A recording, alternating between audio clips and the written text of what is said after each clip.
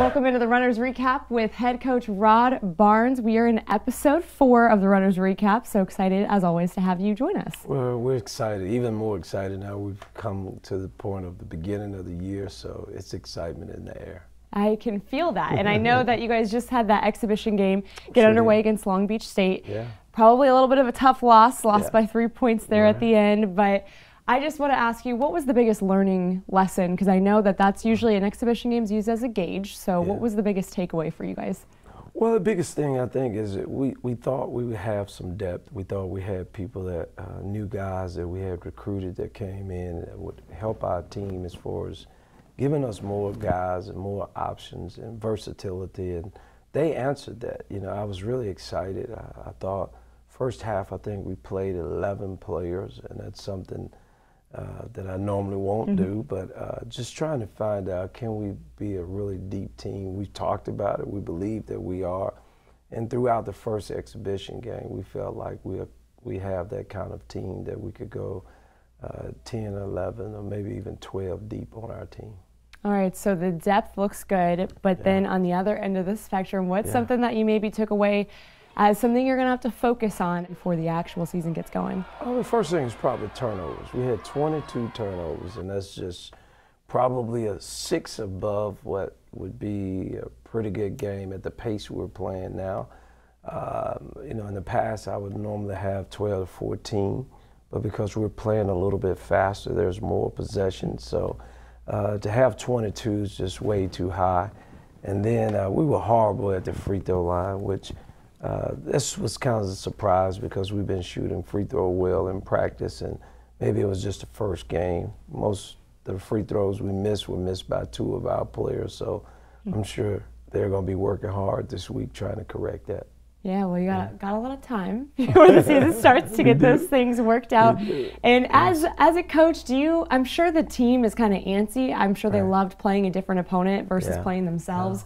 So during this time, what do you like about this kind of little bit of time that you get before the regular season starts where you get a chance to kind of work out some of those kinks you may have learned from the exhibition game? What I enjoy about it, you know, because you can focus on a couple of things. You know, after our exhibition game, if you look at our stat sheet we made more field goals, we had more assists, we out-rebounded them by 11.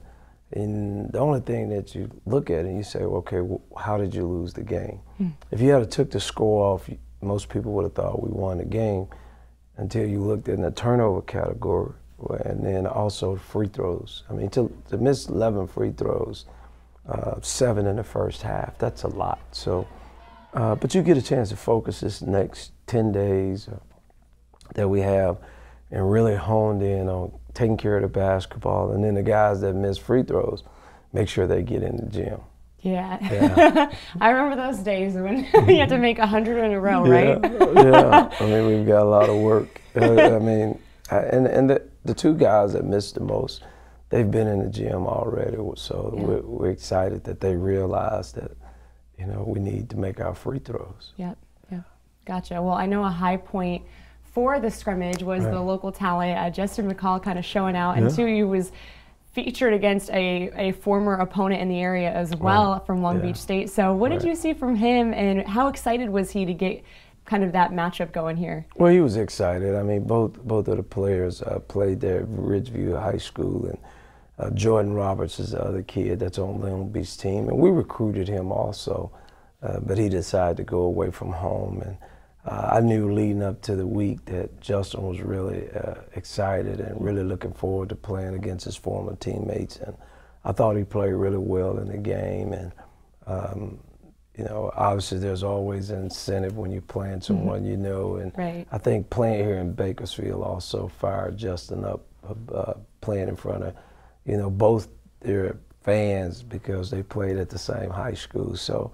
But I thought Justin played well. I thought Jordan had a good game, and I think that's the only thing about it is Jordan probably has bragging rights as far as this year. We beat them last year down there, so for the next year, I'm sure he's going to be telling Justin, hey, we beat you guys. So. Those matchups are always fun to get former teammates or even former opponents in the area to kind of face each other at the next level. Yeah, it is. And then I want to check in on how did the tempo look? I know that's something you're kind of instituting this year. Yeah. How did that look during the exhibition game? Well, it was good. I mean, the thing is, I didn't think we executed as well as we would like to, but that normally happens in the exhibition games early in the year. The thing was for us to have 22 turnovers and score 70 points. That says that our pace is up. You know, we're playing a little bit faster, and you know, if we take care of the ball better, you know, we probably would have scored 7 to 8 points, and that's probably the range where I say where we like to be. I keep telling our guys if we can, you know, get to 7-5 or 7-6, then we should win the game. And we were close, you know, and I think I have that to say to them in practice that, hey, if we had just scored 7-5, we'd have won by 2. We scored 7 and we lost by 3. Yeah. But I like the pace we were playing, but again, I didn't think we executed like we should, and we're going to need to over the next couple of weeks because we got some tough games coming up. And was this something too maybe you anticipated a little bit, bringing in the tempo, you know, with that fast, the ball's flying around, maybe a lot more turnovers than expected? In the beginning, yeah. I thought that would happen. You know, we just had some of them I thought was kind of really careless, and you're always concerned about that. But whenever you start to play faster, you can expect turnovers to increase. We just had a few too many. All right, and I wanted to check in. One of your veterans on your team, Damian Durham, he hasn't been on the court yet. So what's the status with him, and when are we going to see him? Well, he's been going through some personal issues. A lot of times, you know, it's just the pressures of this game, and you know, Damian has a lot of responsibility with his family, and I just felt he hadn't been handling things, not necessarily with the team, just with himself. And we're going to make sure that, as we tell our guys, we're having a holistic approach.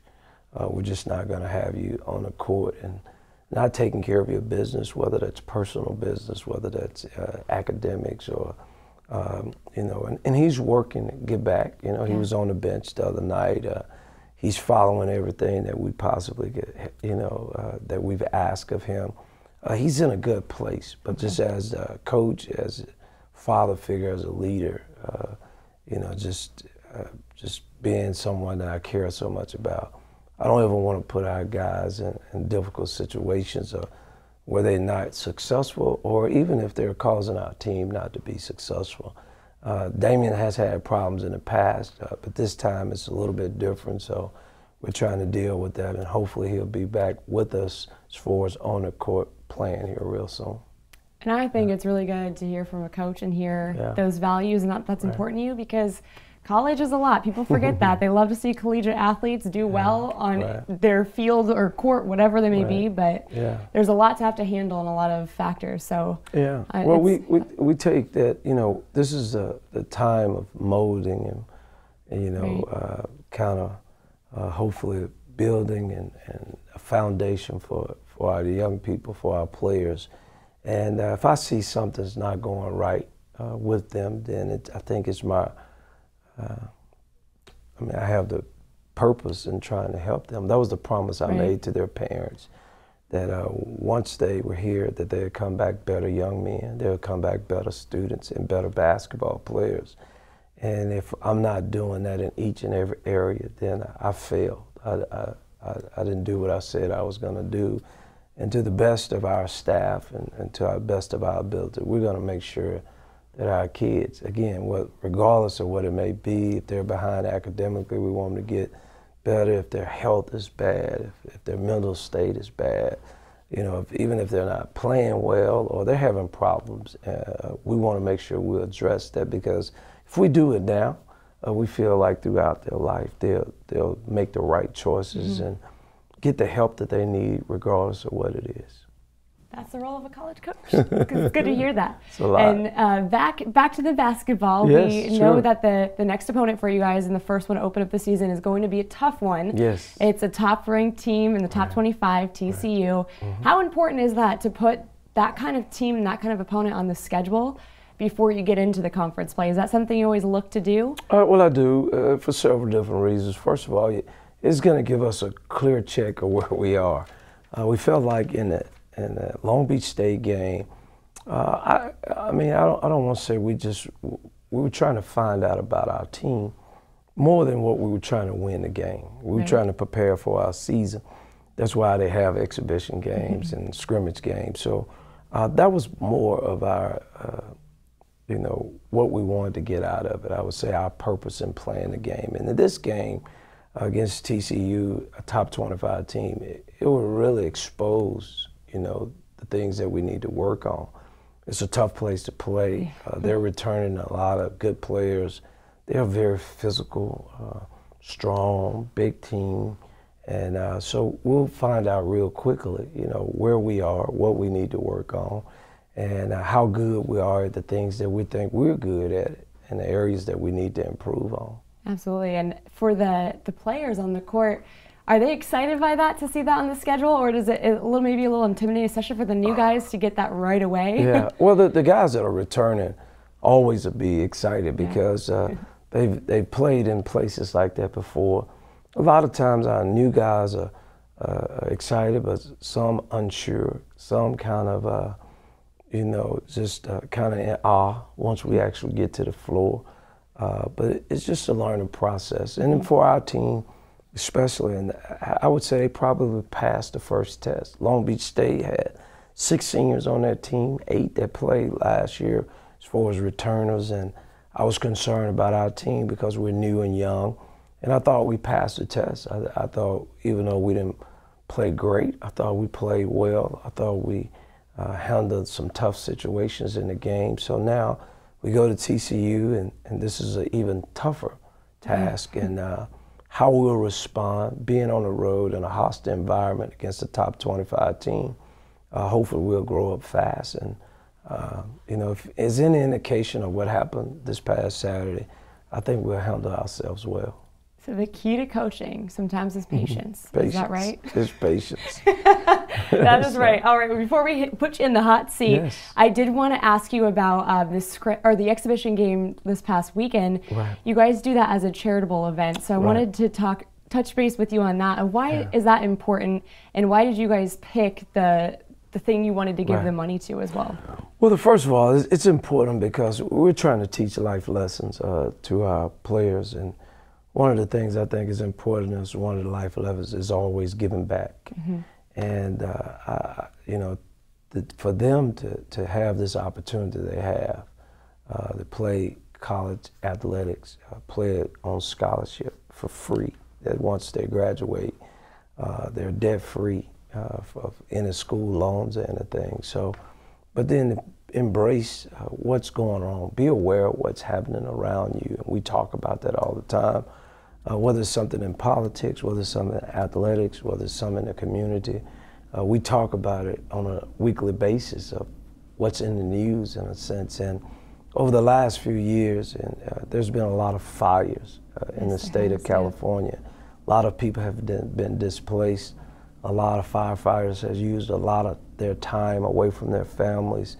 And, you know, just the time being spent, the effort, the hard work, the care and the love that they've shown toward others. We wanted to do that toward them. So we picked a Red Cross Firefighters Fund, and we thought we had a really good crowd. You always want more, and obviously I wanted more this time because all of the funds were going to their charitable organization. But our guys, we talked about that, you know, how the first responders and how important they are to our lives. And sometimes we take that for granted because it's not our dad or our brother or whoever it may be. And I wanted our guys to show appreciation and also like give back, as I mentioned. So we think it was a good thing. We think it was the proper thing. And we're proud that we're able to contribute to the Red Cross Firefighters Fund. Yeah, no, that's really cool to see you guys bring some attention and spotlight to the wildfire relief. So really cool that you did that. We're going to really switch gears though. So we are now going to get into the time that we call it Breakdown with Barnes. Got you the rapid fire questions. I haven't been that tough. He begs to differ. Well, the first one. So we're looking at the NBA. I want to get your opinion as you switch to this speed and up tempo on the court for the Roadrunners. Yes. What's the best team doing the up tempo in the NBA? I like Golden State because I think they're playing at a fast pace, but they're also playing really under control and sharing the basketball. A lot of people may say Houston because they score a lot, but a different kind of fast break, less people involved in the total offense. So Golden State would be more who we would like to look like. And it's working for them, right? They're getting those championships. Yeah, that's true. Yeah. I'm going to go with Houston because James Harden, Arizona State said that. I figured that was coming. All right, you got some dancers on your team. We got to see them before the scrimmage. Who was the best dancer this year in the squad? Oh, by far, Justin Davis. Okay, it's not even close. He's a dancing machine. He always starts to dance. He loves to dance, and he's our best dancer. Hopefully he's watching this. He's getting some, you're getting brownie points. Yeah. All right, and then, so we know that your son is in his final year with you playing on the court, Bray Barnes. And for Bray, what's been the coolest thing about having him be on your team? You know, the coolest thing is just, regardless of whether we win or lose, I get a text from him. If we win, he may say, good job. If we lose, he said, hey, we're going to be okay. He's always encouraging. He's always considerate of my feelings and what I'm going through. And to have a son that's right there with you is a pretty special thing. Yeah, no, that's pretty cool. Okay, so we had the big old matchup of Boston versus LA, and we know in the basketball world that was a big matchup with the Lakers and the Celtics. Right. So if you had to pick one or the other, who you going with, Magic or Bird? Magic. Easy. It's easy for me. Magic was my favorite player of all time. Okay. That's including Kobe, Jordan, LeBron. Magic is my guy. Okay. So without a doubt. Now I love Bird, and I love that matchup, but Magic is my guy. Okay, cool. Okay. I like some Magic too. My dad would be a little bit mad. Larry Bird was his guy. He went to Indiana State, so both my parents did. Yeah, he couldn't. So they love Bird, but but I'll take Magic too. Yes. All right, and then the last question, Coach, is if you could play someone one-on-one, either now or in your heyday of playing basketball, who would you want that to be? Oh, to play one-on-one? Are you going to go easy so you can take him out, or are you going to go difficult? I would go difficult. Okay. I would challenge someone. One of my favorite players, probably second to Magic Johnson, is Gary Payton. And Gary Payton was a great defensive player. So I would probably say Gary Payton just to try to figure out could I score on him somehow.